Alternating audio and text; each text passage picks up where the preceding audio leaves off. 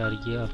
पूरी दुनिया में नाजिज़म को फैलाना चाहते होते हैं, और ये इसीलिए ये सारी जगह में हमले कर रहे होते हैं, और हमला करते करते ये बहुत सारे लोगों को मार भी चुके होते हैं। और फिर हम मिलिट्री के कमांडर को देखते हैं जो कि उस प्रोफेसर हर बूढ़े इंसान के साथ बात कर रहे होते हैं, और वो अपने साथ ही एक न्यूज़ चैनल, एक लड़की और साथ में एक और प्रोफेसर को साथ में ले लेते हैं, जो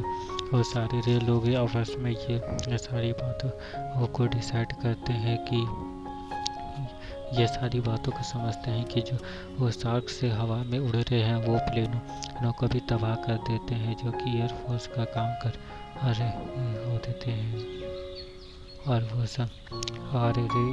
ये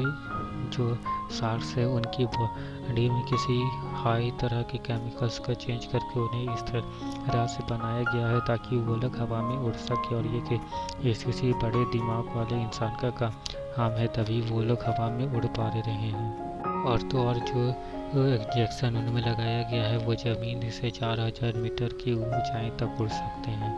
और साथ में ये जो इंजेक्शन इन्हें लगाया गया है उन इंजेक्शन की वजह से इनकी बॉडी भी बहुत ही ज़्यादा हार्ड और टफ हो चुकी है। इनकी बॉडी इतनी ज़्यादा कड़क हो चुकी है कि अब इनके ऊपर कोई भी गोला बारूद, बम बारूद, मिसाइल, फाइटर जेट, टैंक किसी भी तरह आके के हमले का कोई भी असर नहीं हो रहा होता है, और इसलिए इन्हें हारना भी काफ़ी ज़्यादा मुश्किल होता है। और उसके बाद फिर प्रेसिडेंट और बाकी के लोग ये सब आपस में मिलकर के ये डिसाइड करते हैं कि हमें अगर इन सारे राक्षसों को हराना है तो हमें भी इनके ही तरह राक्षस बनाने होंगे, जो राक्षस हमारे कंट्रोल में होंगे, और हमारी कंट्रोल से फिर ये सारे राक्षस इनके ऊपर हमला करेंगे, इनके ऊपर अटैक करेंगे, और फिर हम लोग इस तरह से फिर उन लोगों को ख़त्म कर देंगे, यानी कि नाज़ी ज़ॉम्बीज़ को ख़त्म कर देंगे। जिसके बाद भी ये वो साइंटिस्ट बूढ़ा इंसान ये कहता है कि हमें ऐसा नहीं करना चाहिए, क्योंकि अगर हम ऐसा किए और जो सारे ज़ॉम्बी ये हमारे कंट्रोल में होंगे और उन सारे लोगों के ज़ॉम्बीज़ के ऊपर हमला कर रहे होंगे, अगर वो सारे ज़ॉम्बीज़ हमारे कंट्रोल से बाहर चले गए तो फिर हमें उनका ख़ात्मा करना आसान नहीं होगा, फिर ये हमारे लिए और भी ज़्यादा मुसीबत की बात हो जाएगी। लेकिन इस बूढ़े इंसान की बात को लजा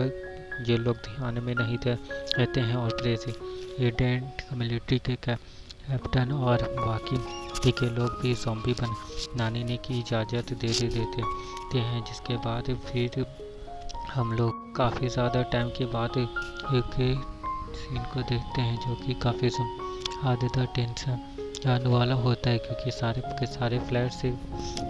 बंद हो देते हैं, और फिर वहाँ पे भी एक फ़्लाइट उड़ने की इजाज़त मिलती है, लेकिन वो फ्लाइट बहुत ही ज़्यादा लेट उड़ रही होती थी। और ऐसा क्यों होता है हमें मूवी के आगे मालूम चलेगा। फ्लाइट बहुत ही ज़्यादा लेट उड़ रही होती थी, और इसीलिए उस फ्लाइट में जाने वाले सारे के सारे पैसेंजर्स काफ़ी ज़्यादा नाराज़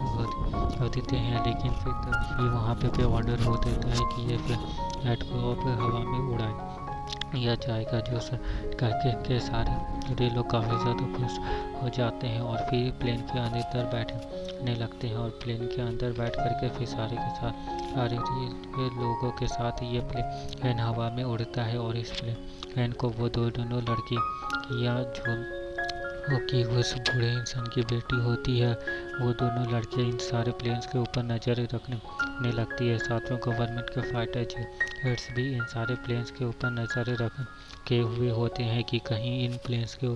ऊपर कोई ज़ॉम्बी ना अटैक करते, और जबकि ये प्लेन को उड़ाया ही इसलिए गया था ताकि ये प्लेन के ऊपर ज़ॉम्बीज़ अटैक करे और हम उनके ऊपर अटैक कर सके, और ज़ॉम्बीज़ को बाहर निकालने के लिए ही इस प्लेन को चारे के तौर पे यूज़ किया जा रहा होता है, और इस प्लेन को हवा में उड़ाया जाता है। जिसके बाद फिर होता भी ऐसा ही, फिर ज़ॉम्बीज़ हवा में उड़ने लगते हैं, और हवा में उड़ते हुए इस प्लेन के पास आते हैं, और इस प्लेन के ऊपर लगातार हमले करने लगते हैं, और इस प्लेन के ऊपर हमला करके इस प्लेन के अंदर घुस जाते हैं, और घुसने के बाद फिर लगातार इस प्लेन के लोगों को काफ़ी ज़्यादा मारते हैं, इनके को जान से मारना चालू करते हैं, और बाकी और जबकि कि वो सारा वो प्लेन के ऊपर ज़ॉम्बीज़ हमला कर चुके होते, सारे लोगों को बहुत ही बेरहमी से मार रहे होते और सबसे पहले वो लोगों के ऊपर गोलियां बरसा देते हैं और उसके बाद फिर बाकी के बचे हुए लोगों का सर काट